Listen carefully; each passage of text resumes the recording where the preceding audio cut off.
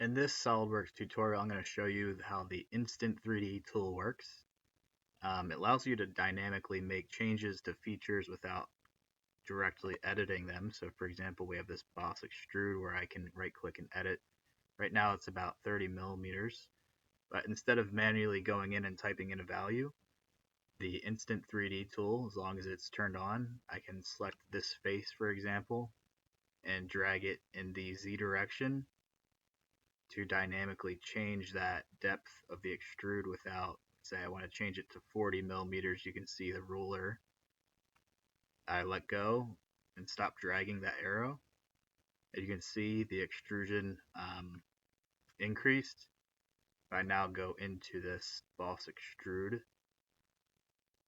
I can see now that the value has updated to 40 millimeters.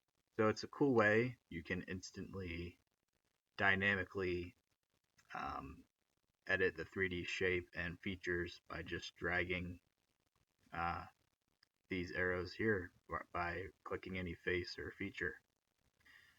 That's it for this tutorial, the Instant3D tool. Check it out and like, subscribe to the channel. We'll see you on the next one.